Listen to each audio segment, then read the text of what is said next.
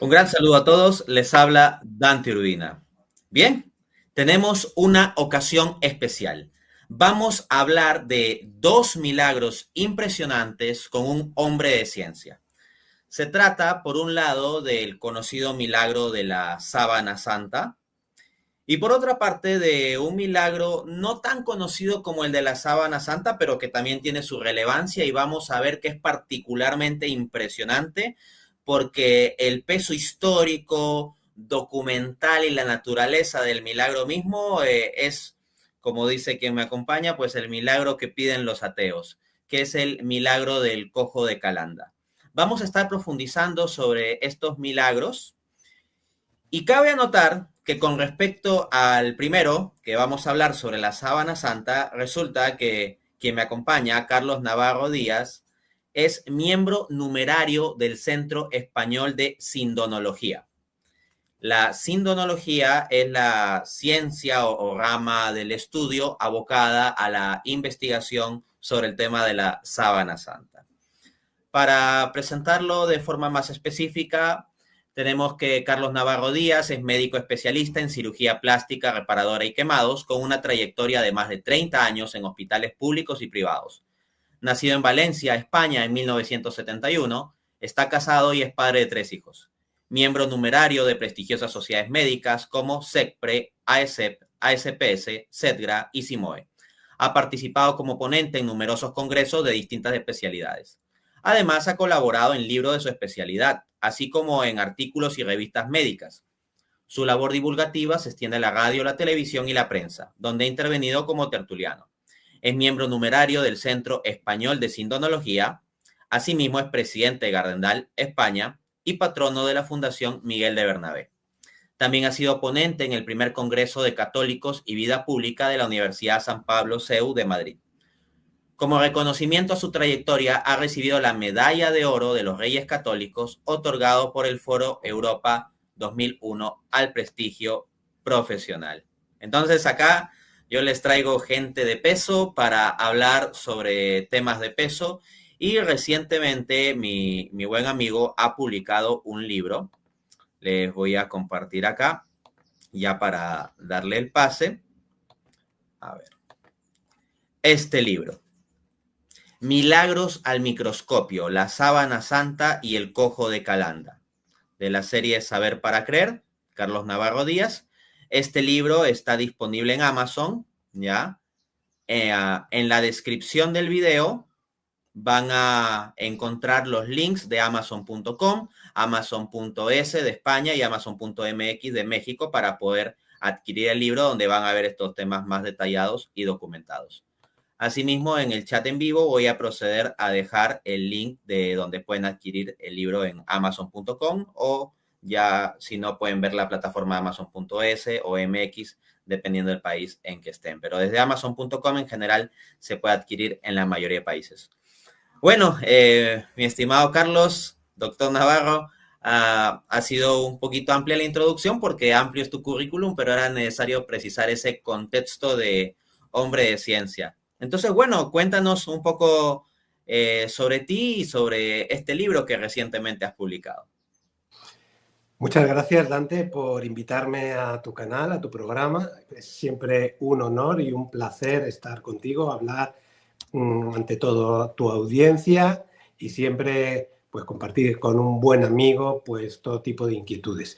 Pues este libro surgió antes que mi primer libro, que es Saber para Creer, que aquí lo tengo. Yo previamente a mi primer libro me planteé la cuestión, me parecía muy interesante hablar sobre los milagros, sobre todo los milagros que podemos estudiar desde el punto de vista científico en pleno siglo XXI. Y siempre me ha fascinado el tema de la sábana santa y descubrí, gracias al padre Miguel de Bernabé, que le llamó mucho la atención el milagro del cojo de Calanda.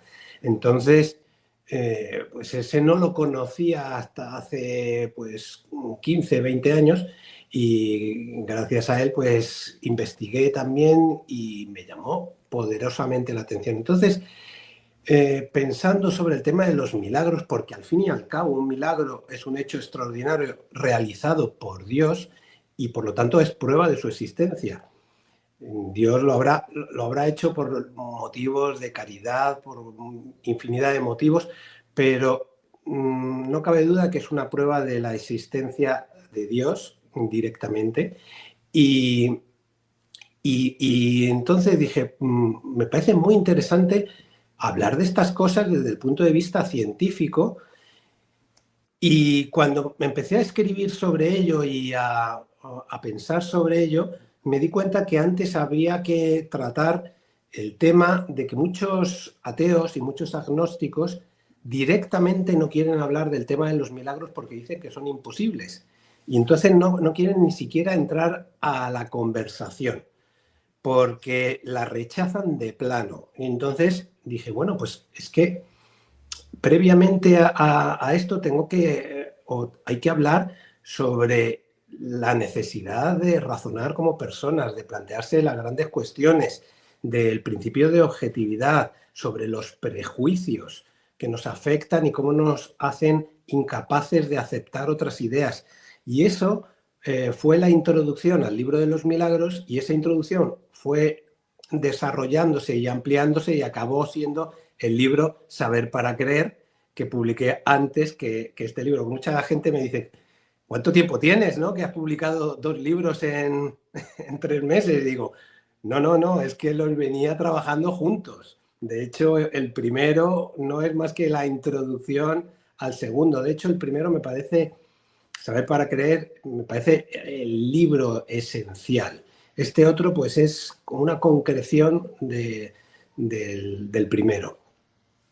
Entonces, el libro, como tú has dicho, contiene 2 milagros, la sábana santa y el cojo de Calanda. La sábana santa porque es un objeto real que podemos ir a visitar, que podemos comprobar científicamente, físicamente. Está en Turín, es una prenda de 4 metros de larga y es una sábana funeraria que tiene una imagen misteriosa, un grabado de un hombre por delante y por detrás. Y ese grabado, que durante siglos ha permanecido bastante sus secretos, bastante ocultos, hoy en día hemos descubierto, gracias a la ciencia, una cantidad de cosas tremenda que nos dice esa imagen que antes no lo podíamos saber. Siempre ha sido venerado ese objeto como una reliquia de Cristo, como la prenda funeraria de Cristo. Hay una continuidad histórica desde el siglo I hasta el siglo XXI. Pero desde el siglo XX es cuando se le hacen pruebas, se le hacen fotografías y se descubre que esa imagen es un negativo fotográfico. Un negativo fotográfico siglos antes de que se haga la primera fotografía. Es algo impresionante, sobre todo para alguien que tenga espíritu científico. ¿Cómo se puede tener un negativo? Es ridículo pensar que simplemente con este hecho que alguien lo hubiera querido falsificar mediante un negativo cuando nadie sabía lo que era un negativo. Y este negativo no solamente cuando se le pone en positivo es cuando se descubren los matices de la imagen, sino que además esa imagen tiene una información tridimensional que solo se ha podido descubrir con aparatos y tecnología de la NASA en los años 60 y 70. Es decir, que hoy en día podemos reconstruir la imagen tridimensional del hombre de la síndone por la información que tiene la propia imagen de la sábana santa. Y luego, pues, desde el punto de vista médico, es una reliquia fascinante porque es una prueba forense. Al ser una prenda que ha envuelto el cadáver de un hombre real, pues tiene sangre, tiene fluidos, tiene pólenes, tiene restos epiteliales, tiene un montón de información que desde el punto de vista forense podemos estudiar y que nos hace ver que esa sábana ha contenido el cadáver de un hombre que ha sufrido los mismos padecimientos que describen los 4 evangelios, pero tal cual. Por eso San Juan Pablo II dice que es, si no recuerdo mal, la expresión es, ¿cómo era, Dante, lo que dice San Juan Pablo? Un espejo del Espejo Evangelio. del Evangelio. Espejo del Evangelio. Y es cierto, porque el hombre de la síndone ha sufrido una flagelación romana, no una flagelación judía o no una flagelación de otra época, sino una flagelación al estilo romano, con los taxilium típicos de las flagelaciones romanas, con un número aproximado entre 144 latigazos, que era el castigo habitual a los condenados a esta pena. Y esta pena era ya de por sí una pena prácticamente de muerte. Muy poca gente sobrevivía a este tipo de castigo. Y era única, no se podía castigar a un preso, a un reo, a 2 penas de esta categoría. Y sin embargo, en el caso de la sábana santa, igual que en el caso de Cristo, son los únicos casos que se conocen en la historia en que han sido condenados a la pena de la flagelación y a la pena de la crucifixión. Esto estaba prohibido absolutamente por el Código de Derecho Canónico y por el Código de Derecho Romano, y cualquier funcionario público, dígase Pilato, podría ser castigado severamente, incluso destituido y encarcelado en caso de infligir el código y saltarse este código, que se hizo en el caso de Cristo. Era muy poco habitual. Solo se conoce este caso y solo se conoce el de la sábana santa, por lo cual la identificación entre el hombre de la síndone y el caso de Cristo es muy, muy probable, desde este punto de vista histórico y desde el punto de vista de muchos otros datos que podemos y que están explicados en el libro. Por supuesto, la ciencia moderna ha estudiado la prenda, siendo actualmente el objeto arqueológico más estudiado del mundo. Multitud de trabajos dispusieron de él un equipo de 30 científicos americanos, casi todos de la NASA, y estuvieron haciéndole durante 3 días, día y noche, por turnos, pruebas a la sábana santa, que quedó en su depósito en el Palacio Real de Turín, para que pudieran examinarla durante estos 3 días. Digo a turnos porque aprovecharon las 72 horas por completo y le hicieron más de 300 estudios, miles de fotografías, espectrometrías de todo tipo, rayos X de todo tipo. Le hicieron todas las pruebas ahí al microscopio electrónico, de todo. Las conclusiones del estudio, uno de los principales científicos dijo que si les dejaban la prenda, en menos de media hora podrían decir si la prenda era falsa o era auténtica. Después de 3 días de multitud de estudios, dijeron que la prenda no era falsa, que era auténtica, y que la ciencia no podía desvelar el misterio de la imagen. Es decir, que no podían, y actualmente todavía no se puede, decir cómo se ha formado esa misteriosa imagen. No es una pintura, no se puede, no tenemos la tecnología o no tenemos la capacidad actual de generar una imagen similar de ninguna manera, y por lo tanto no se puede hacer una réplica exacta, no se puede hacer una réplica exacta. Es absolutamente singular, misteriosa, y parece ser, podría ser, que una misteriosa energía hubiera producido esa imagen que está digamos, como quemada, como que las fibras de celulosa están quemadas, pero muy superficialmente y con un grado de intensidad distinto dependiendo de la distancia de la piel a la prenda, marcando perfectamente con ese grado de intensidad una información tridimensional por la cual se ha podido reproducir la figura, ¿no? Bueno, Dante, pregúntame cosas porque si no yo me apasiono y me enrollo explicando esto. Excelente. Sí, hay bastantes puntos que has desarrollado. Quiero resaltar algunos y estoy seguro que a partir de lo que voy a señalar vas a poder ampliar varias cosas, ¿no?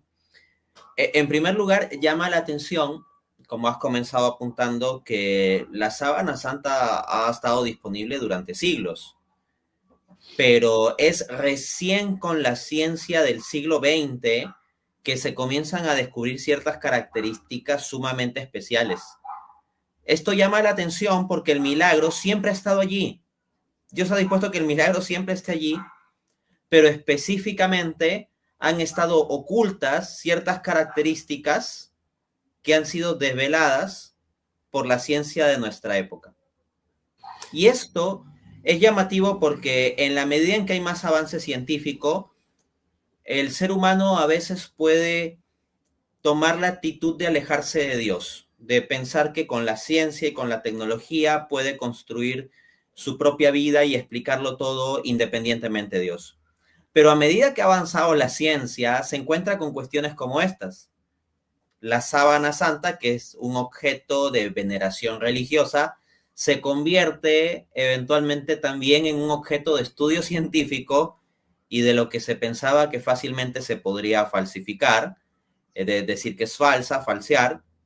Lo que se encuentra es que tiene unas características que es sumamente irracional plantear que hayan sido fabricadas. Entonces, estamos ante un objeto milagroso.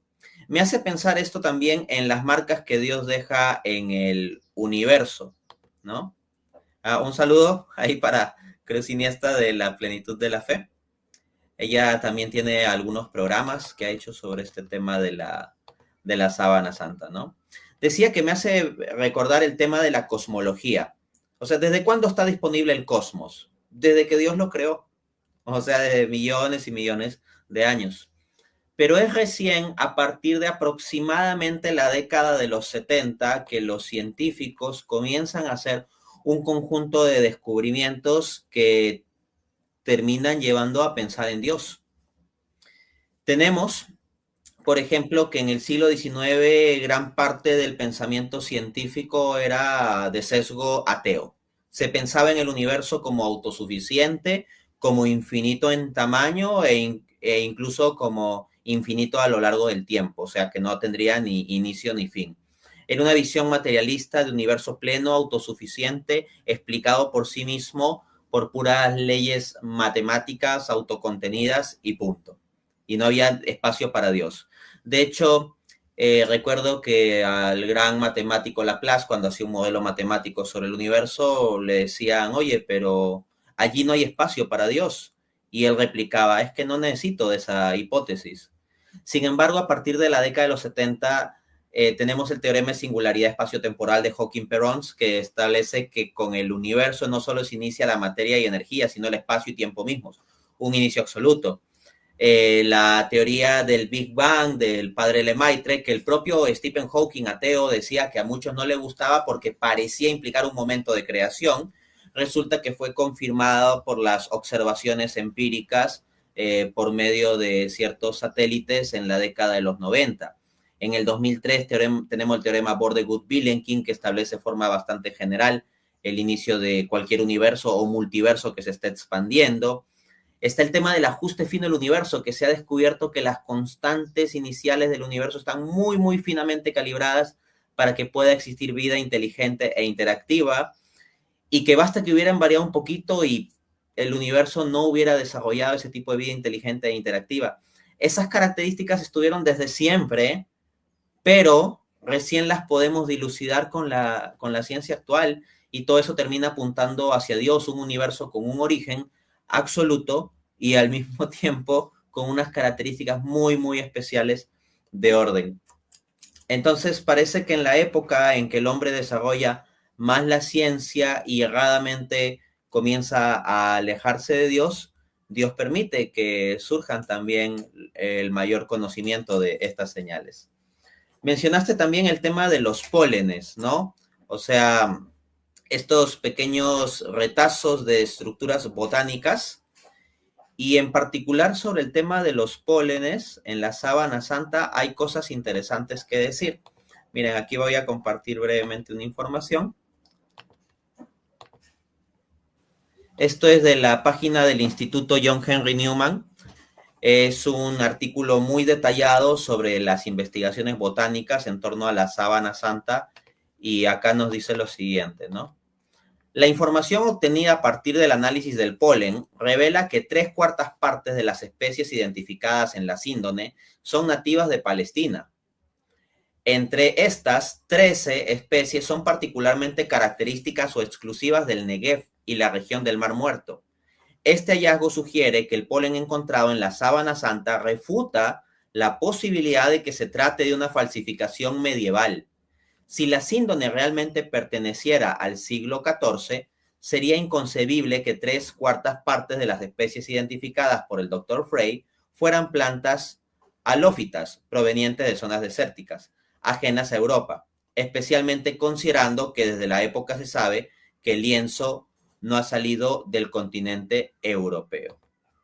O sea, ese es un dato histórico que se conoce. Entonces, ¿de dónde puede haber salido este otro polen? O sea, plantear una falsificación del polen a ese nivel, pues ya sería un absurdo. Pero tenemos detalles incluso consistentes con la época. Por ejemplo, en el mismo artículo más adelante se apunta. Aquí, ¿no?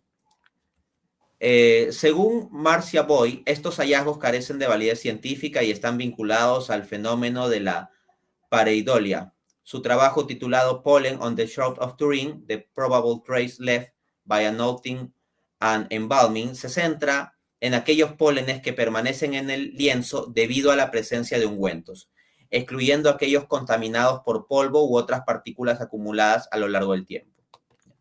Entonces, lo que tenemos es que se están refutando ciertos cuestionamientos. Y en este estudio, luego dice, este estudio fue publicado en la revista científica Archaeometry en 2017 y presentó los siguientes resultados. Voy a referir solo el primero, sobre el tema de la época. Los pólenes más abundantes encontrados en la síndone sugieren un ritual funerario, acorde a las prácticas de hace 2000 años en Asia Menor. Estos pólenes corresponden a los componentes de los ungüentos y aceites más valiosos de la época, que han quedado impregnados en la tela. El análisis palinológico es consistente con testimonios históricos del siglo I, como los de Plinio el Viejo y Dioscórides. Fin de cita. Entonces, los pólenes ya nos dan unas características muy interesantes. Por último, quiero comentar dos aspectos brevemente. Lo que mencionaste que decía Juan Pablo II, ¿no? De la Santa Síndone como un espejo del Evangelio. En tanto nos da referencia, como tú podrás detallarnos más, de los sufrimientos que pasó Jesús. O sea, realmente la Santa Síndone nos da una infografía, por decirlo así, de lo que reportan los evangelios de los sufrimientos, los castigos de Cristo, los azotes, el llevar la cruz y la crucifixión misma. Pero siendo un espejo del evangelio, podemos decir también que la Santa Síndone es un espejo del rostro de Jesús, es un espejo de Jesús, también podríamos decir. Ciertamente no es una definición dogmática, no es que sea un dogma de fe creer en la Santa Síndone, pero con lo que el magisterio llama fe humana, distinguiéndola de la fe divina o el obsequio religioso, con lo que el magisterio llama fe humana, podemos ciertamente dar una credibilidad razonable a esto. Y si esto es así, miren el rostro de Jesús que nos revela la Santa Síndone. Entonces, acá en esta imagen, ¿qué vemos? Lo que yo veo es el reflejo de Isaías 53. Yo he tenido, pues, recientemente un debate con un judío de un canal de bastante alcance, del canal Filosofía Judía, y un texto que fue clave en el debate que tuvimos fue el de Isaías 53. ¿Y qué nos dice Isaías 53 sobre el siervo de Yahvé? Que los propios judíos del siglo I, como por ejemplo se ve en el Targum Jonatán, interpretaban como el Mesías, que es un siervo sufriente. Dice, varón de dolores, varón de dolores. Por sus llagas fuimos curados. Él cargó con nuestras enfermedades. Todas esas frases encontramos en el texto. Y esa profecía se ve plasmada en la sábana santa, además de los reportes del Evangelio. Pero miren cómo es un rostro sufriente, con manchas, con coágulos de sangre, con heridas en la cabeza y todo ello, pero al mismo tiempo es un rostro que expresa paz. Sufrimiento, pero al mismo tiempo es un rostro que expresa paz, fuerza, magnanimidad. Es un espejo del Evangelio y un espejo de Cristo. Pero como dice el apóstol, si Cristo no hubiera resucitado, vana sería nuestra fe. Y la sábana santa no solo nos da testimonio de la muerte de Jesús, sino nos permite ver una evidencia de la resurrección de Cristo. Porque el doctor Navarro señalaba el tema de que en la sábana santa pareciera que la imagen hubiera sido como impregnada a fuego, como por radiación, como por quemadura. Y cabe anotar que él trabaja en cirugías asociadas a también temas de quemaduras. Entonces, hay quienes encuentran como una especie de rastro de radiación en la sábana santa. Bien podríamos pensar que se trata de la resurrección de Cristo, lo que deja ese trazo. El hombre resucitado, el crucificado resucitado deja esa marca tras de sí.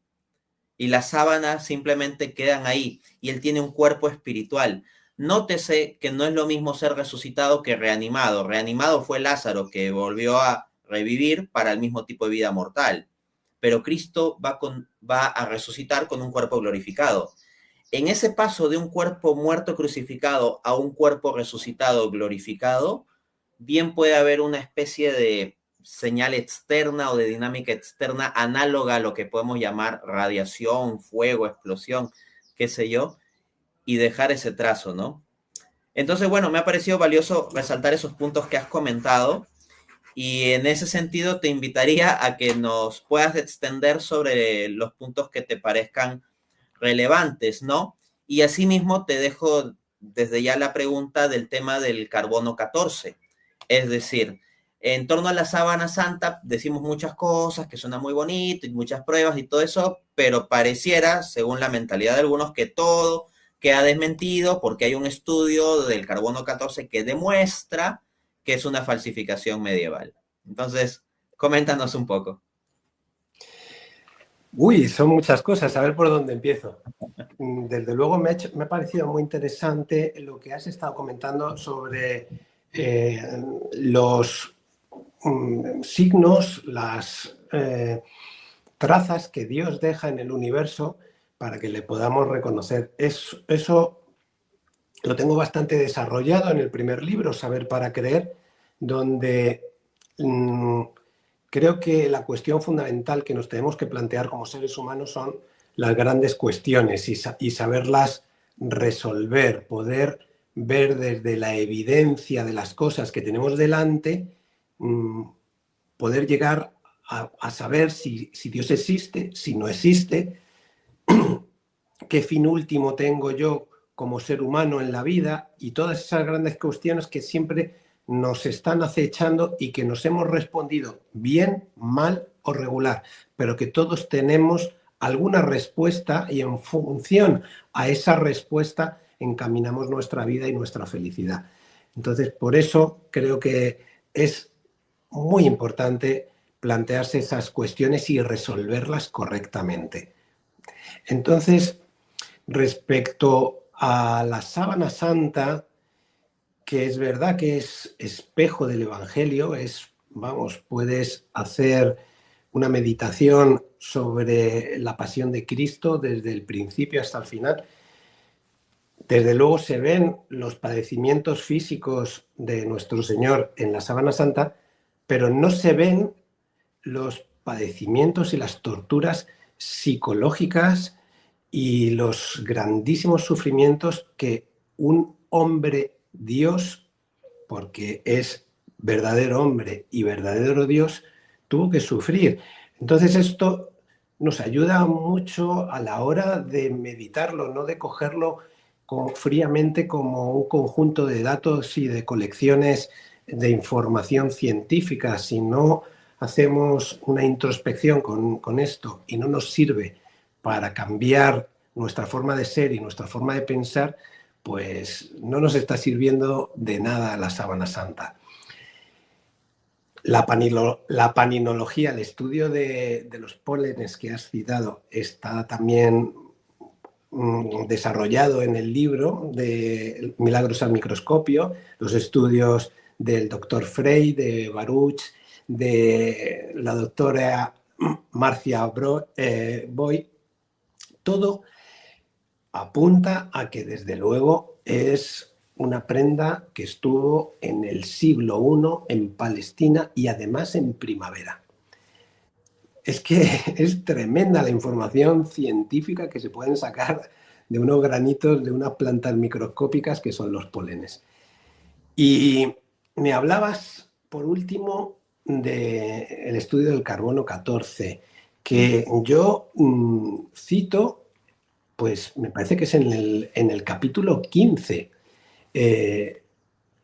Todos los libros que leo habitualmente sobre la Sábana Santa le dan una importancia o a favor o en contra al estudio del carbono 14, que lo citan con mucha relevancia y desde el principio están hablando del carbono 14. Y yo desde que estudio la Sábana Santa es que veo que la prueba del carbono 14 es un estudio más, pero es que tiene más de 300 estudios científicos del máximo nivel. El estudio del carbono 14 es un estudio más. Y es un estudio que el propio inventor de la prueba del carbono 14 dijo que no había que hacer a la Sábana Santa, porque estaba tremendamente contaminada. Él se negó a hacer esa prueba a la Sábana Santa y murió antes de que se le hiciera esta prueba a la síndone. Para poder realizar un estudio de carbono 14, recordemos que todos los organismos vivos compartimos carbono 12 fundamentalmente y una proporción muy, muy baja de carbono 14 que está en equilibrio en la naturaleza, en todos los organismos vivos, en la misma proporción. Cuando morimos, entonces, o cuando una prenda es sintetizada, como por ejemplo una sábana, que es un producto textil de las plantas, el carbono de las plantas, pues esa planta ya está muerta, ya no hay ese ciclo del carbono y ya el carbono 14 queda estable, el mismo número de átomos en proporción que tiene una planta lo tiene una prenda recién confeccionada, pero conforme van pasando los siglos, ese carbono 14 se va desintegrando, se va eliminando, va habiendo cada vez menos carbono 14 y entonces una prueba fantástica, que es la del estudio del carbono 14, lo que hace es datar un objeto en base a la cantidad de átomos que tiene, la proporción que tiene en relación a un organismo vivo. Este estudio, lo que hizo la prueba del carbono 14, nunca dijo que la Sábana Santa era falsa ni que era medieval. Lo que dijo era que la datación correspondía a una fecha medieval y que la cantidad de átomos que tenía era tal. Nunca dijo que fuera falsa y además el principal ponente del artículo de Nature y participante en el estudio lo dijo públicamente y dijo que pidió disculpas por la confusión de la Sábana Santa y por la filtración de los datos, porque la Sábana Santa el estudio del carbono 14 es un gran ejemplo de la manipulación y de la persecución religiosa que tiene el catolicismo, porque es una directamente una tergiversación de los datos. Recordemos que el estudio de la sábana santa fue filtrado a los medios antes de que el cardenal pudiera leer públicamente el estudio de la sábana santa que le había llegado. Y lo que dijeron los medios universalmente es que la sábana santa era falsa y que era una pintura medieval, y desde entonces eso ha quedado en el acervo de la cultura popular. Siempre que hablo con cualquier persona sobre la sábana santa me dicen, pero hombre, ¿no sabes que es una falsificación medieval? Y digo, pero por favor, ¿pero qué cultura tienes? ¿Qué información tienes al respecto? Pero eso ha quedado ya en la gente y es muy difícil porque todos los medios lo publicaron, pero por todo lo alto, y desde entonces no ha habido una rectificación a la altura de que eso no es cierto.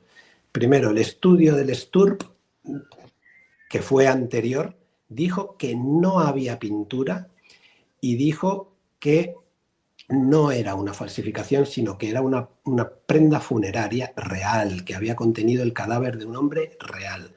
Segundo, todos los estudios que se han hecho del carbono 14, los más prestigiosos hombres de ciencia relacionados con el carbono 14, han dicho que la sábana santa es una prenda increíblemente contaminada, que tiene un añadido de carbono extraordinario.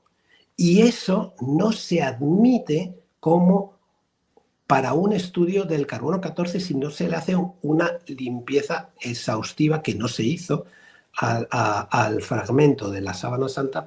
De hecho, fue estudiada por 3 laboratorios. Uno de ellos hizo una limpieza, una ligera limpieza de la porción de sábana que le dieron, y precisamente ese laboratorio dató a la sábana santa 100 años más antigua, o 120 más antigua, que con una diferencia de casi 200 años del tercer laboratorio, que había dado la cifra de 1400, porque el otro le da una cifra en torno a 1200, habiendo hecho una ligera limpieza.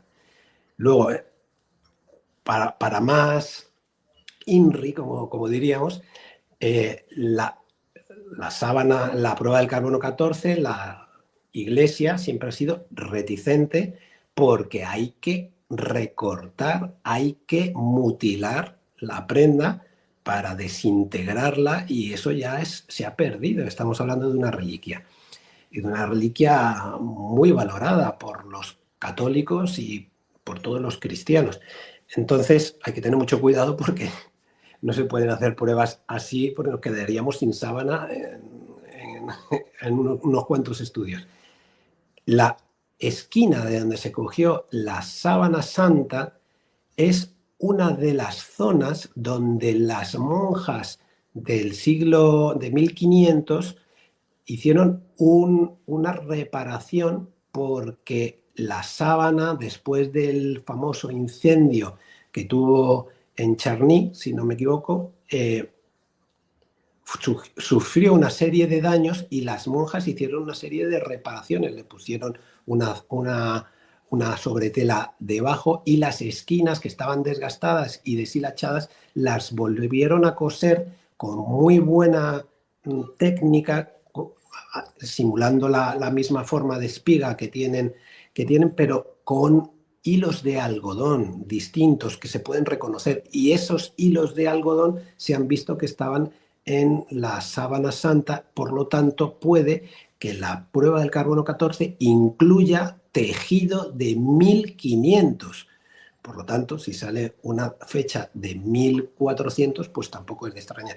Con todo esto quiero decir que hoy en día todos los científicos serios refutan no te digo católicos, sino de cualquier ideología, todos los científicos serios refutan esa prueba que hoy en día no se puede mantener, que la datación de la sábana santa por el carbono 14 sea válida. Además tiene un margen de error que no es aceptable y que se camufló en el estudio. Wow, contundente, contundente la respuesta. Y efectivamente se suele dejar de lado esto último, el tema del margen de error. O sea, cuando hay gente que trabaja fuera del ámbito científico, se ve la ciencia como un absoluto, es que lo dice la ciencia.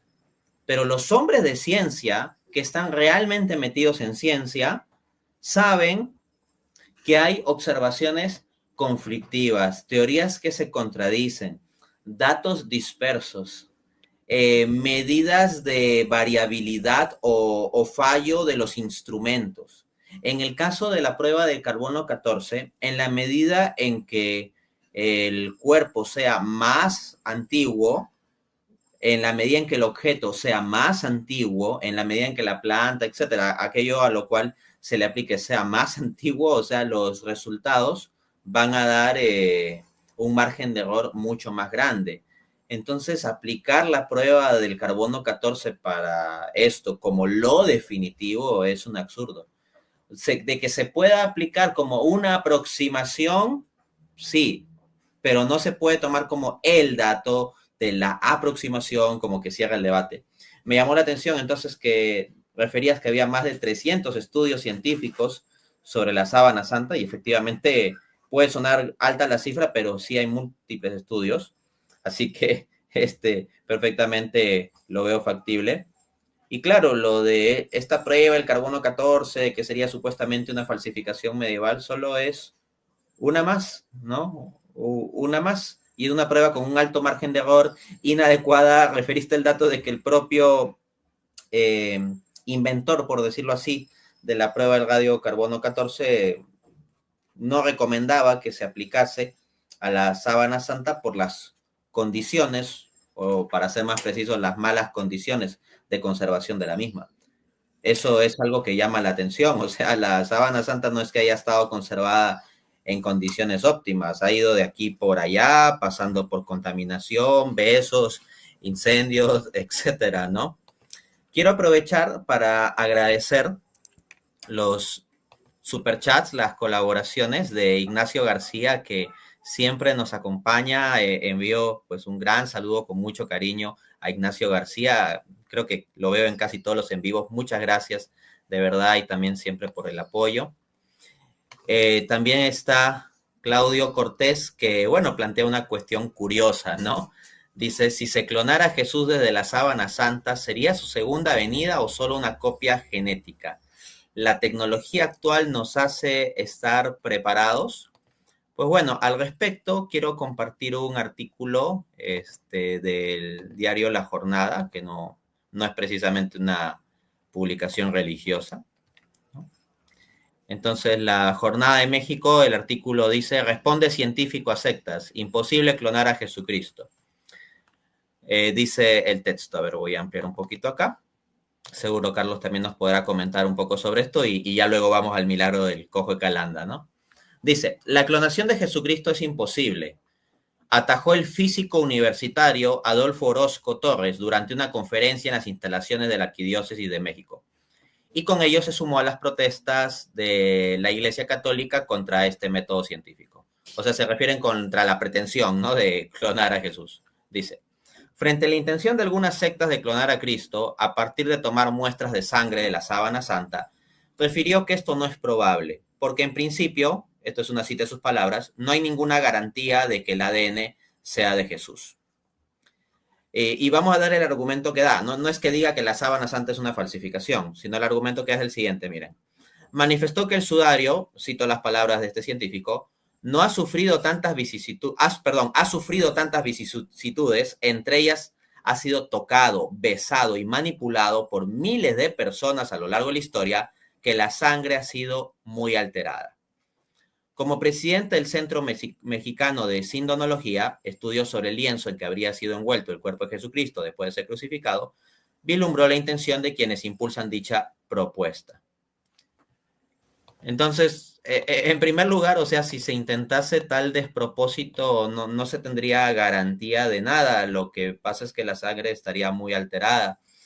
Y como digo, el hecho de tocar, de besar, de dejar incluso restos de saliva y todo eso, pues vicia la posibilidad de tener una muestra para el efecto, que ya plantear el tema es como que sería un poco raro, ¿no? Pero como hay cuestiones que a veces se plantean, pues hay que responderlas, ¿no? También tenemos este otro artículo de Crónica El Mundo, ¿no? Entonces, acá tenemos lo siguiente, ¿no? De parte de otro científico, Garza Valdés, dice. Voy a ampliar aquí. A su juicio, clonar a Cristo es un intento descabellado, pero que por desgracia no podrá impedirse. Hay cantidad de grupos de fanáticos que proliferan en Estados Unidos, Italia, España y Francia. Todos quieren clonarlo, no lo han hecho, aún porque no han conseguido muestras de sangre de la sábana santa. Ya. O sea, dice que lo que no podría impedirse no exactamente es la clonación tal cual, sino el intento, que haya gente que quiera intentar o que haya falsificaciones, ¿no? Pero sigue diciendo lo siguiente, sería una catástrofe y un plan descabellado. No podrán clonar a Cristo al 100%. Si se utiliza la poca sangre que se tiene de él, se tendría un genoma incompleto. Entonces eso, o sea, de que puede haber gente que quiera intentar este despropósito, bueno, pero los científicos lo que encuentran es que genéticamente no es que vayas a tener lo propio. Y teológicamente hablando, o sea, a lo más lo que se generaría sería pues un cuerpo con múltiple contaminación de ADN, ¿no? Y la sangre pues en una calidad que no es la original, pero eso no es lo mismo que la encarnación, ¿ok? No es lo mismo que la encarnación y no es lo mismo que la persona de Cristo, que hay un alma individual de Cristo, ¿no? Unida al verbo y en sí, o sea, el único cuerpo de Cristo, de la persona que es Jesucristo, no un pedazo de carne, sino la persona de Jesucristo, pues en tanto su cuerpo natural está en los cielos, ¿no? Otra cuestión es la presencia sacramental de la sustancia de dicho cuerpo, pero el cuerpo natural de Cristo está exclusivamente en los cielos.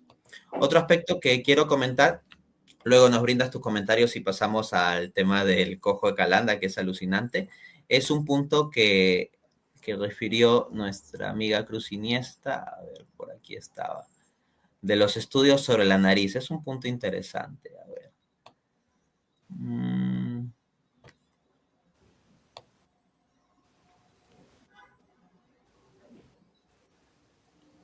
Bueno, no lo ubico aquí el comentario, pero básicamente, a ver, con el tema de los milagros eucarísticos, muchas gracias, Tony, por el superchat. Dice, han hablado del artículo de Linoli, donde se analiza la sangre del milagro eucarístico, el anciano, está en PubMed.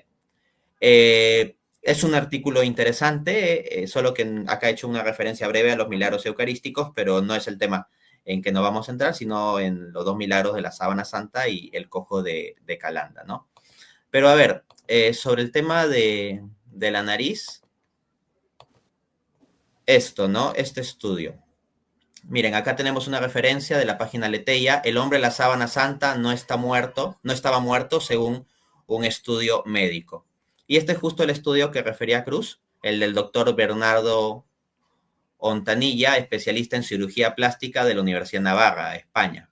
Entonces, publicó un artículo en la revista Ciencia et Fides. Y lo que sostiene es que la imagen de la sábana santa correspondería a un hombre que estaba vivo. Dice, corresponde a un hombre vivo. Es una cita. Y la clave está en el análisis de la nariz, ¿no? Dice, en la imagen de la sábana se ve con claridad los surcos nasogenianos. Son estas hendiduras o pliegues que tenemos a derecha e izquierda de la nariz y que bajan hasta la boca. Luego apunta, la presencia de los surcos nasogenianos es incompatible con un cadáver, excluyendo el espasmo facial que no se da en la figura. Entonces, uno dirá, wow, esto es un problema para el tema de la sábana santa, porque no sería un hombre muerto, sino que habría estos rasgos de vida. Pero en realidad, si vemos la evidencia en su conjunto, más bien podría reforzar el punto que hicimos hace un momento. Es decir, que el hecho de que la sábana santa parezca estar impresa como por quemadura, como por una suerte de radiación, podría corresponder al momento de la resurrección, al paso de esa bisagra entre el cadáver del hombre crucificado y el cuerpo animado y glorificado del resucitado, pero es el mismo hombre, es esa misma continuidad. Entonces, en ese paso, ahí podría ser que se haya impreso.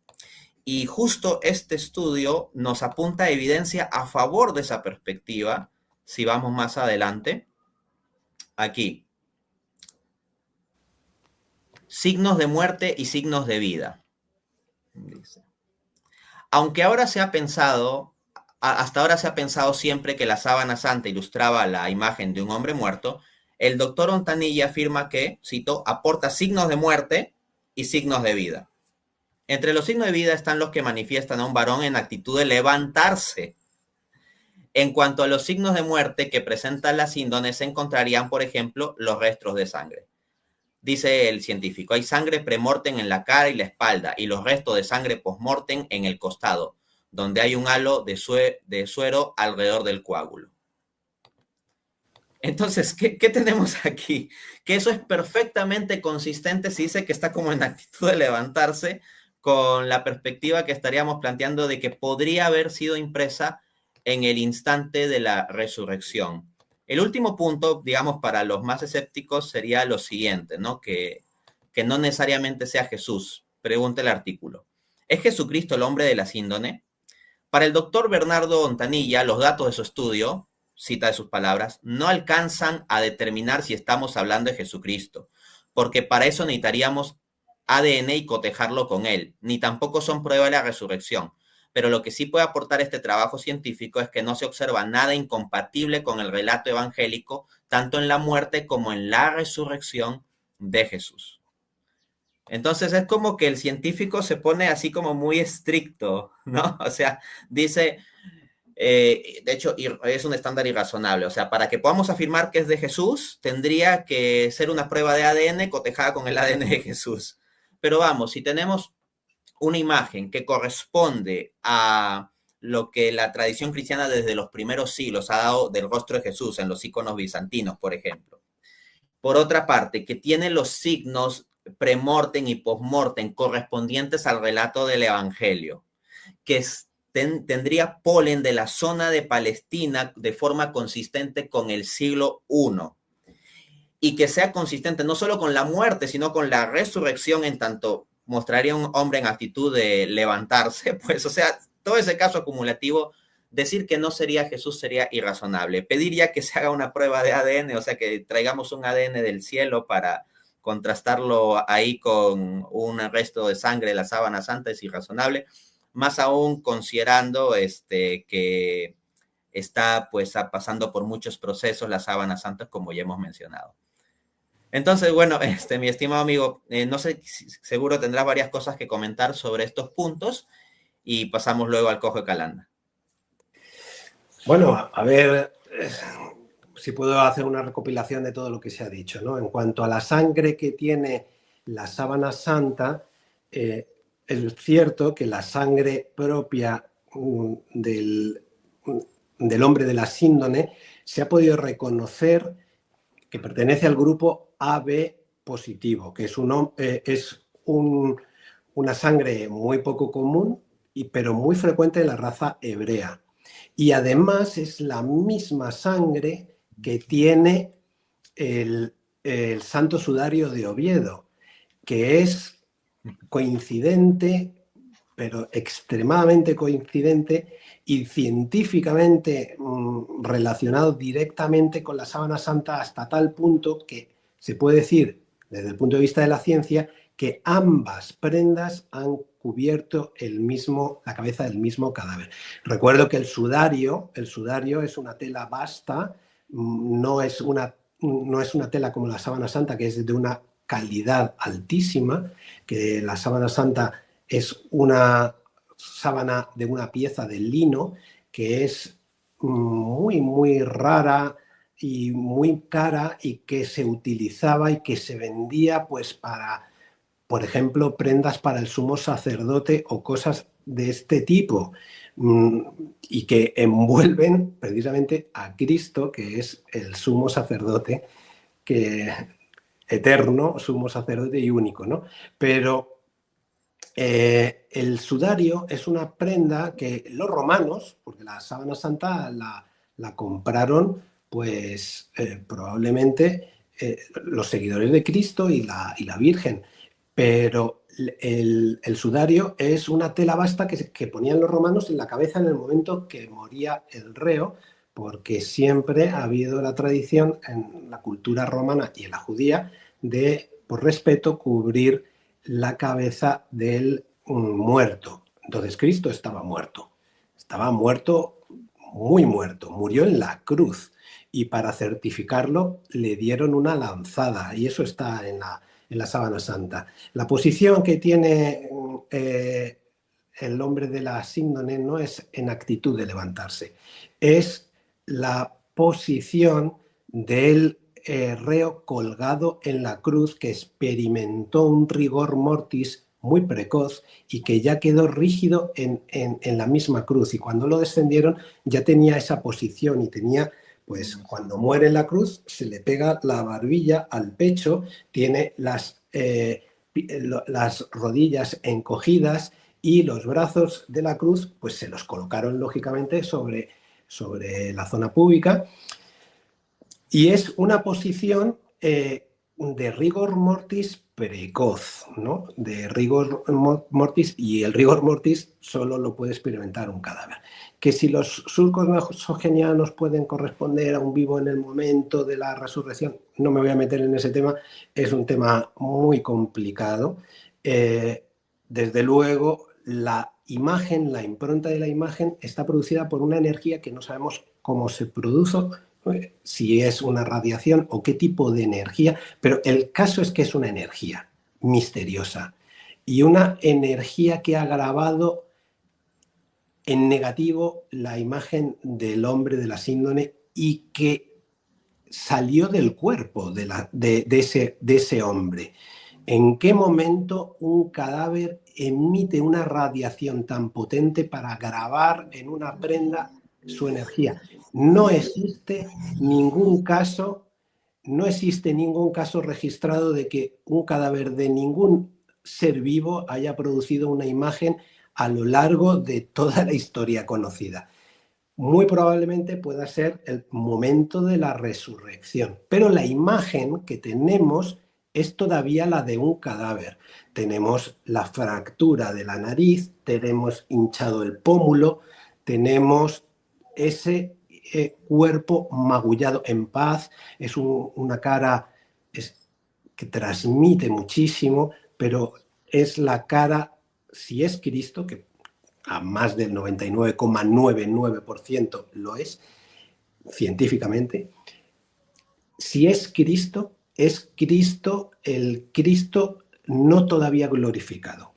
A lo mejor está emitiendo esa radiación en ese momento, pero es el Cristo que estuvo sobre la tierra antes de su muerte, porque es el Cristo con todas las heridas, magullado y todavía no está glorificado en ese sentido. Probablemente la imagen de Cristo que conocieron los apóstoles durante 3 años. Excelente. Sí, sí. Respecto a los estudios de la sábana santa, hemos hablado de la sangre y no sé si me dejó algo en la última pregunta que me habías hecho. No, que era lo del carbono 14, que lo respondiste con sumo detalle. Sí. Entonces vamos a hablar ahora del cojo de Calanda, ¿no? Sí, efectivamente. Me ha parecido muy interesante, claro, es más consistente con la postura, el rigor mortis, ¿no? Realmente, claro, si está crucificado y lo ponen así, cuadraría más con ese tipo de posición. El estudio que se mencionó de Ontanilla, pues no refutaría en suma que sea Cristo, ni el relato del Evangelio, él mismo reconoce que es consistente, simplemente podríamos plantear como otra vía, ¿no?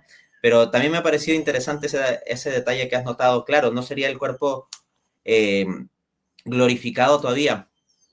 Una posibilidad es que sea el instante bisagra, ¿no? El paso de una cosa a otra, pero eso son hipótesis. Lo que tenemos sí es un caso acumulativo muy poderoso y suficiente para identificarlo como Jesucristo. Ahora Sí, vamos además, con el... Dale, dale. el estudio de Ontanilla, que es un hombre muy riguroso, es académico de números de cirugía plástica de la Real Academia de Medicina de España y es un hombre muy próximo al Opus Dei. Sé que es un hombre católico y que entiende la Sábana Santa en la línea en la que yo estoy explicando. No he leído exactamente ese estudio que él dice, pero sí que sé que él... además, está muy interesado por la síndrome y ha hecho trabajos, pero que van en esta línea, porque hemos comentado varios compañeros por ahí y todo va en esta línea. Lo que pasa es que a lo mejor se puede interpretar cuando se lee alguna cosa que no, que parezca que no es así, ¿no? Perfecto. Vamos entonces con este otro gran milagro y tomo nota de este comentario. Mira, Carlos dice, Dante, rarísimo, estoy en misa y de la nada se me viene a la mente el milagro del cojo de Calanda. Salgo, prendo el YouTube y estás hablando del tema. Saludos. En este canal nunca he hablado del tema del cojo de Calanda, entonces sí es una coincidencia o diosidencia muy particular. Vamos a ver qué puede mostrarnos Dios a partir de esto. El libro de Carlos Navarro, para adquirirlo en la descripción del video van a encontrar los links respectivos. Habla detalladamente el milagro del cojo de Calanda, se le dedica un buen espacio y a este milagro el escritor católico, que era escéptico él, después se hizo católico, Vittorio Messori lo llama el milagro de los milagros. ¿Por qué se lo llamaría así, el milagro de los milagros? ¿Qué motivos de credibilidad tiene este milagro como para llamarle así? ¿No sería simplemente un cuento bonito? Cuéntanos, estimado doctor Navarro. Vittorio Messori lo llama el milagro de los milagros y también lo llama el gran milagro, porque es cierto que hay una regla no escrita, porque a Dios no se le pueden poner reglas, que dice que todos los milagros siempre dejan una ventana de oportunidad a la libertad humana. Es decir, por muy evidente que sea un milagro, no obliga al hombre a creer.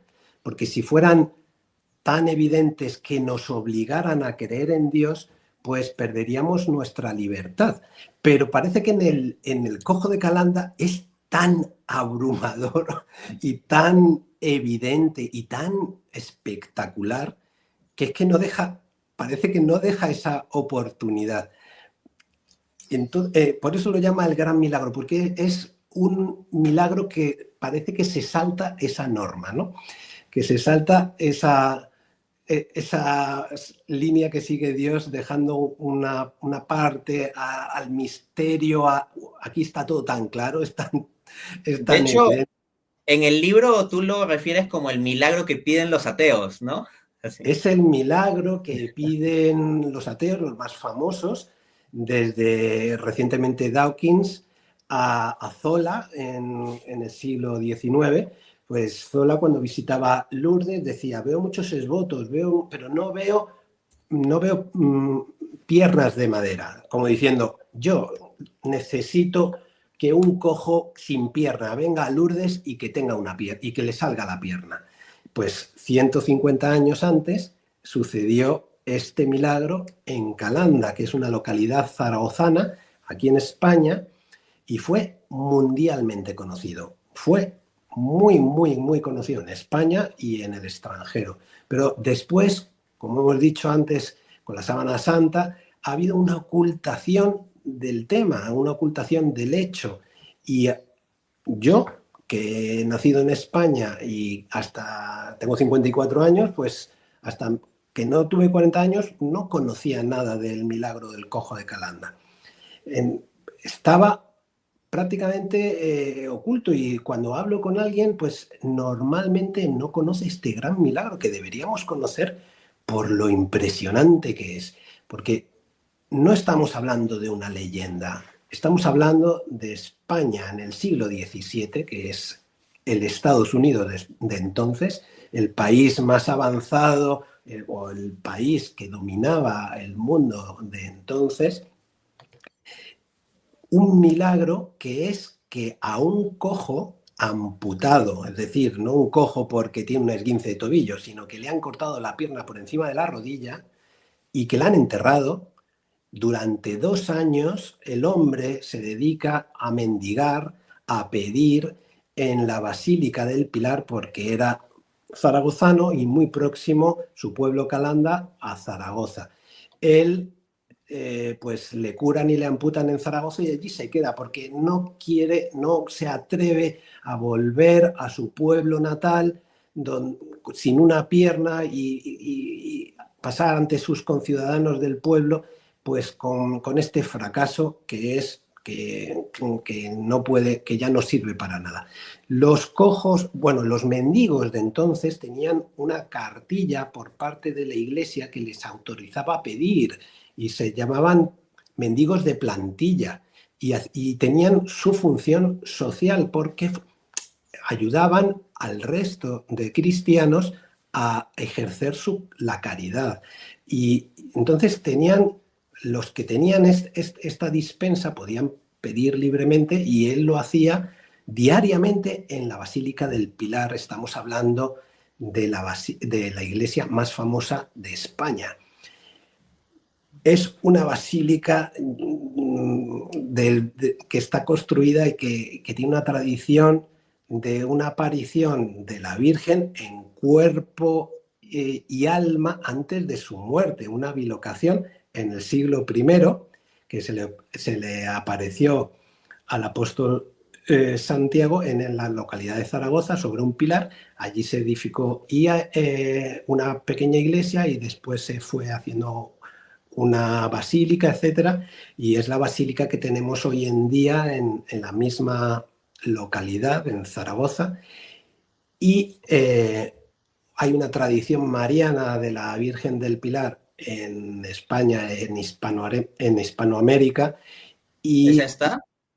exactamente, Wow, no, exactamente, no, no, no la he visitado, tengo que ir, es bellísima. Wow.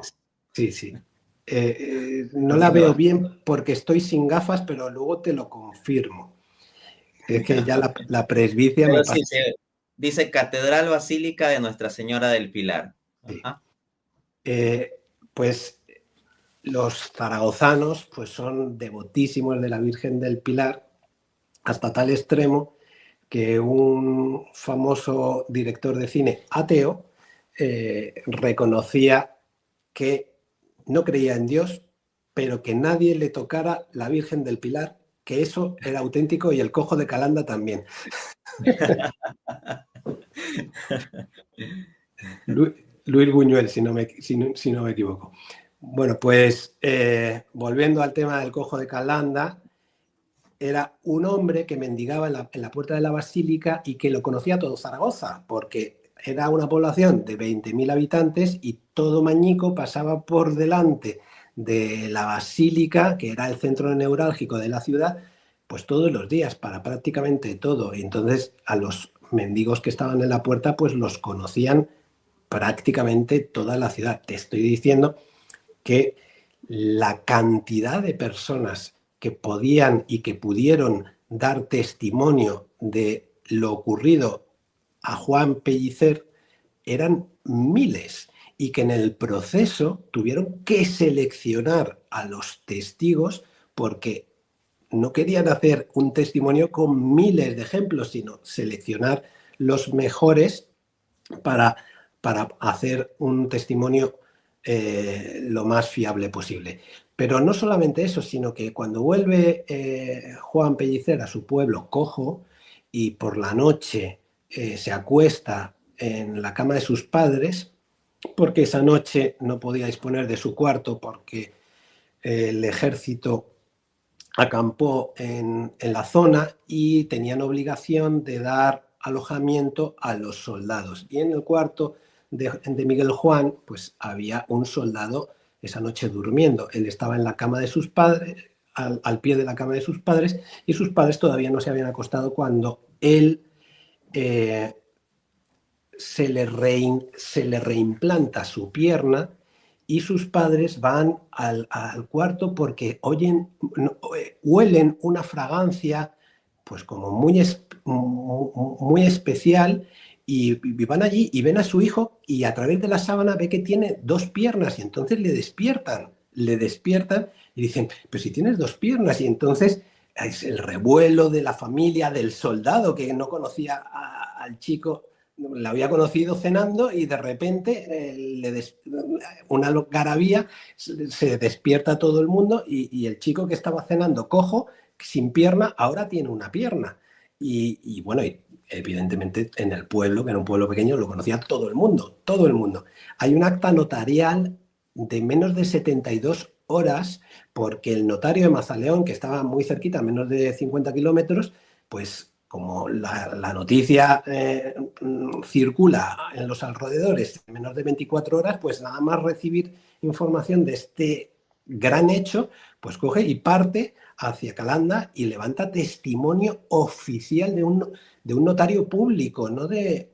El primer testimonio no es de un testimonio religioso, sino es un testimonio público, de un especialista en dar fe y que acredita con su firma que lo sucedido es real. Hoy en día nadie tampoco pone en duda la firma de un notario ante un hecho o ante un escrito o lo que sea, ¿no? Y lo que dice el notario es fe y tiene valor absolutamente legal.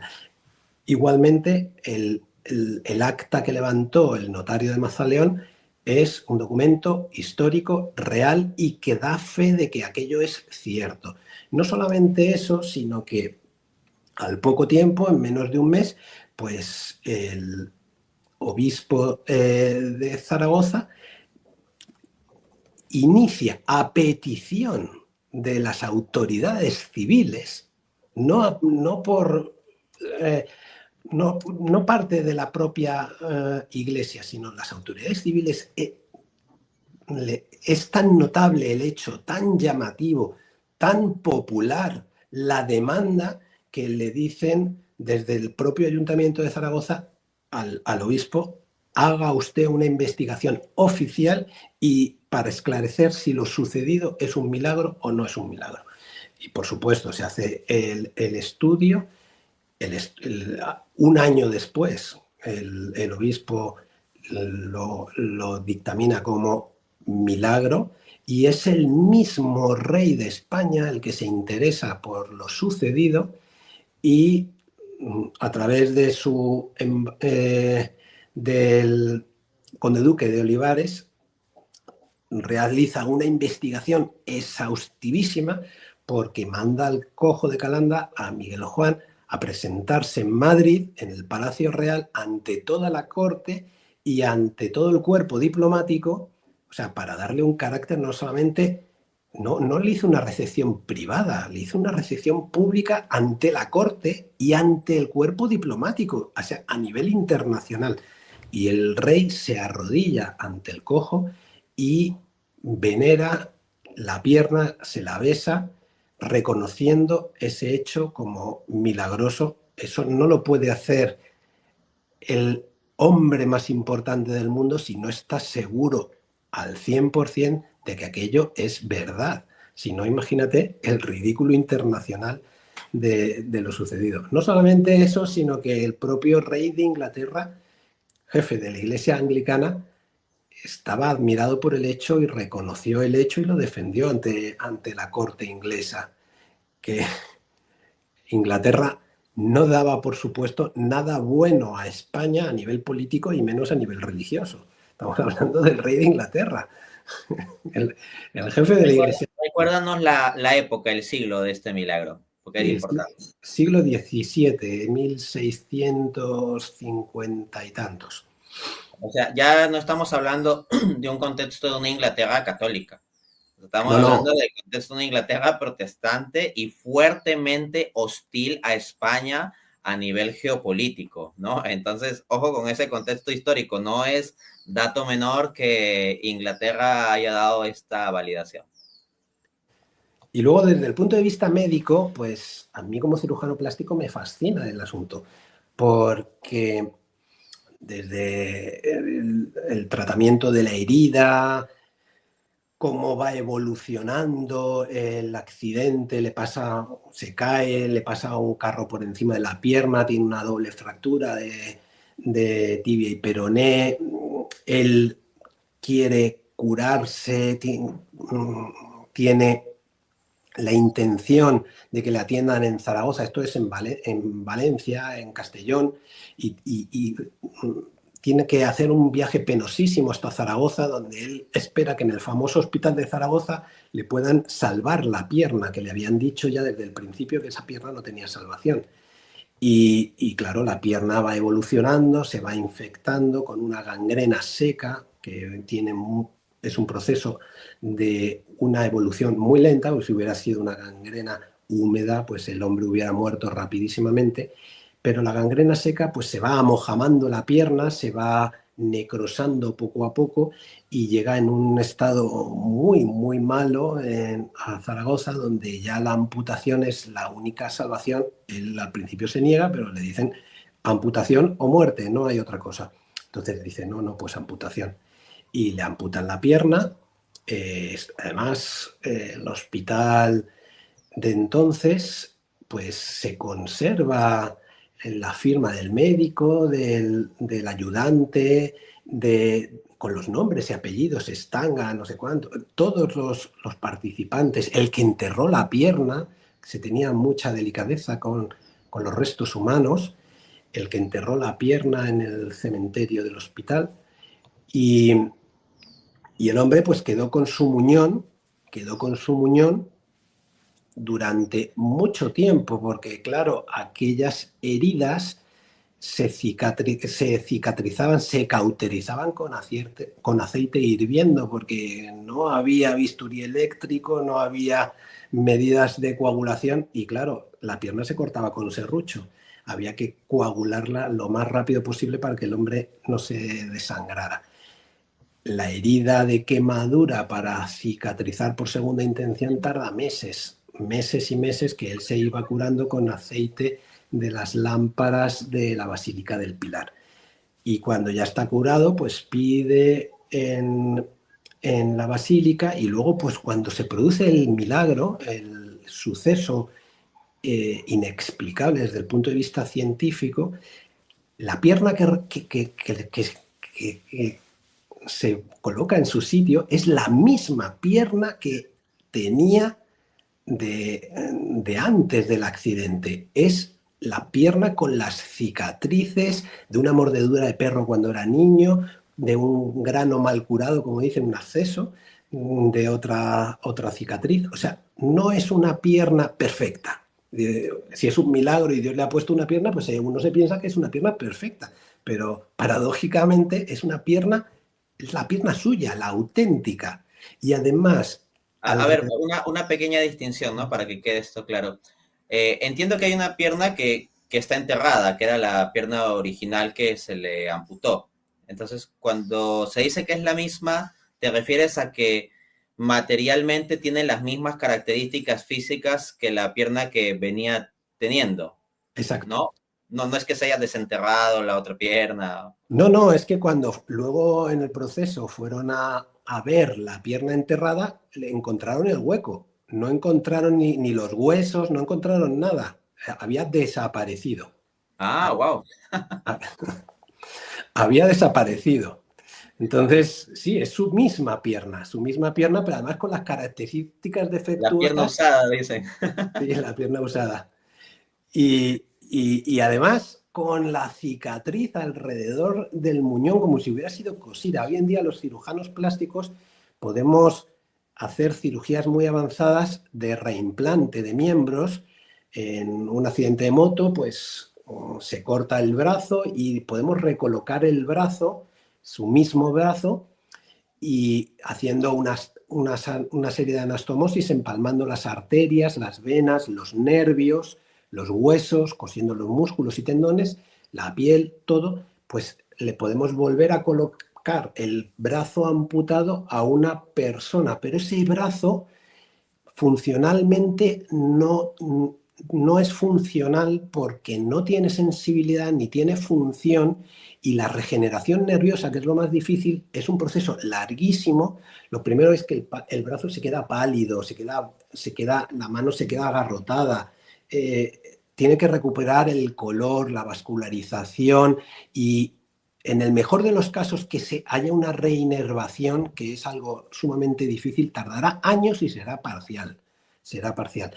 Pues el reimplante del cojo de Calanda está descrito, antes de que haya existido ningún reimplante en la historia, como un auténtico reimplante a una velocidad súper rápida y de una forma perfecta.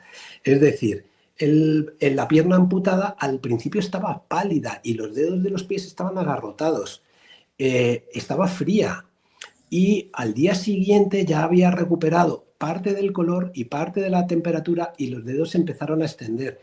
Al principio tenía falta de sensibilidad. El primer día tenía que ir con muletas y tardó 2 o 3 días en dejar las muletas. La pierna estaba acortada, como 2, 3 dedos, dice, y en 2, 3 meses la pierna se alargó a su longitud normal.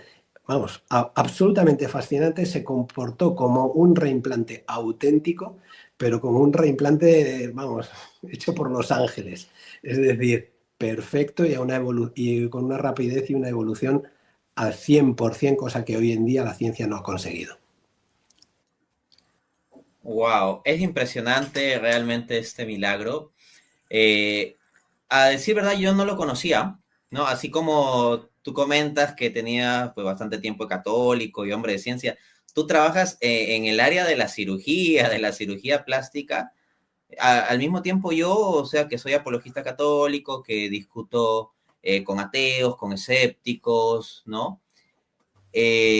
No conocía a detalle este milagro, así que es una ocasión muy buena el poder recordar esto, toda esta información para quienes previamente lo conozcan y conocerla para ir más a fondo aquellos pues que no la conocíamos tanto.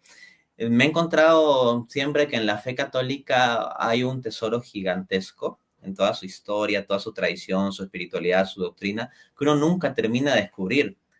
No lo sabemos todo de la fe católica y nos sigue sorprendiendo. O sea, toda la vida no me va a alcanzar a mí para conocer todas las maravillas de esta iglesia que pues tiene más de 20 siglos, ¿no? Ahora, hay tantas cosas interesantes que has comentado, solo voy a referirme puntualmente a tres.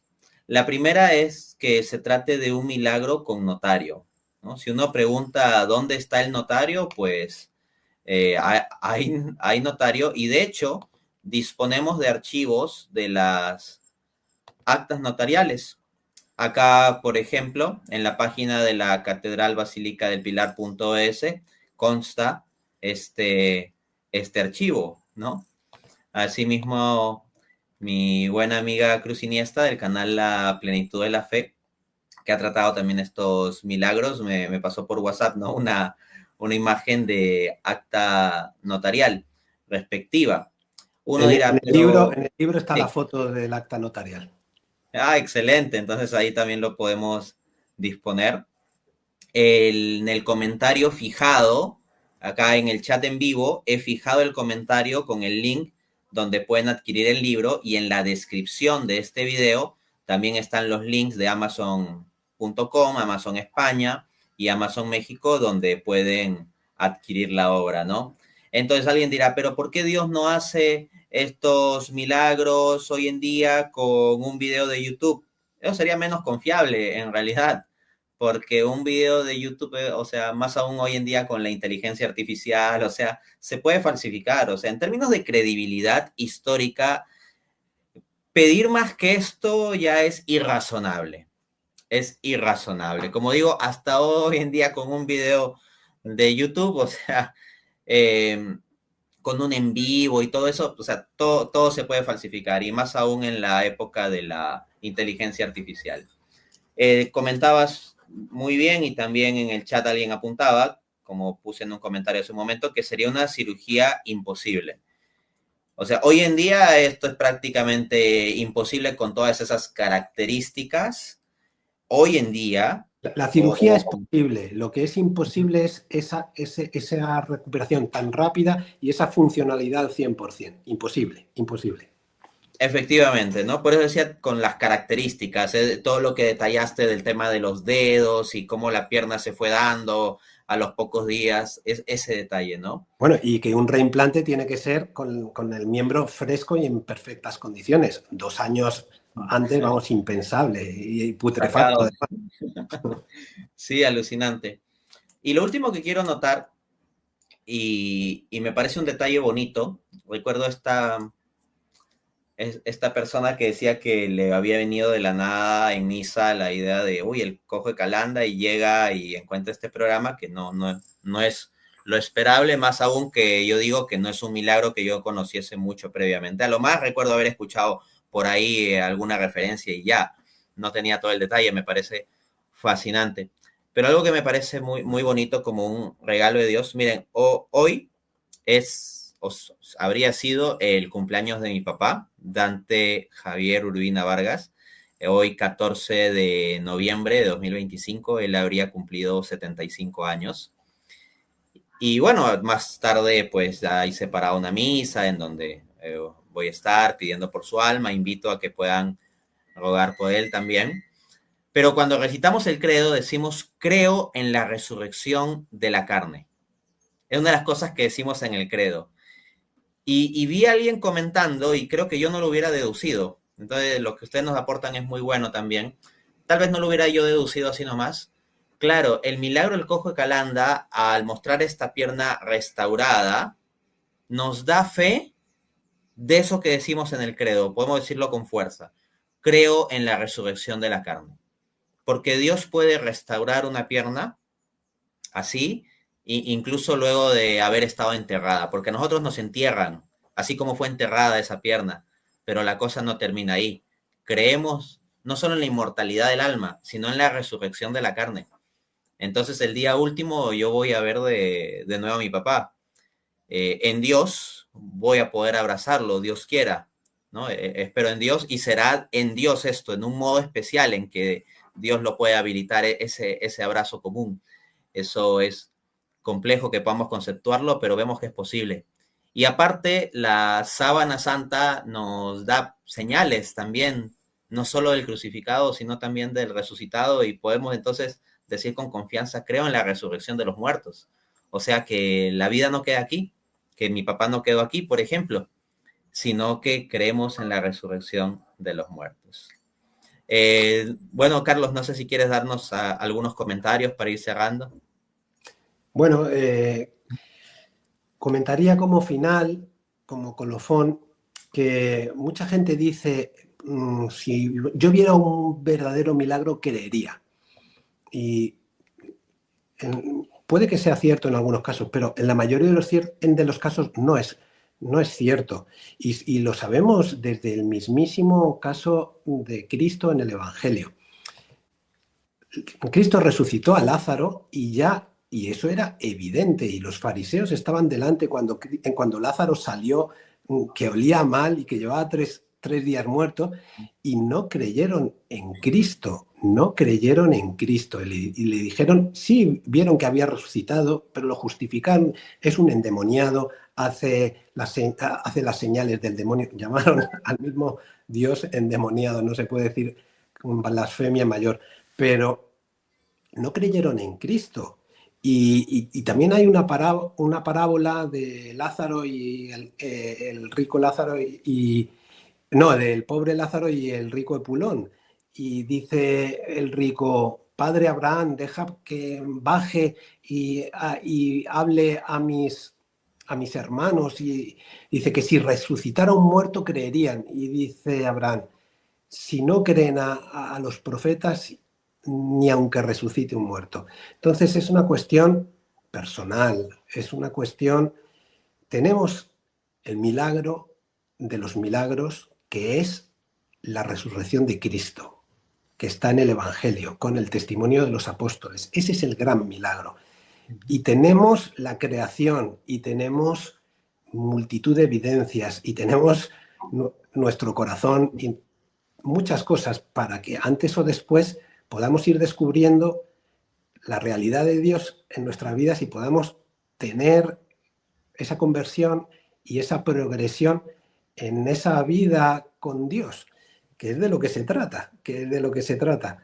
Yo no tengo interés en que la gente admita la sábana santa, refute la sábana santa. No, no, sí, es un caso más, es un caso más.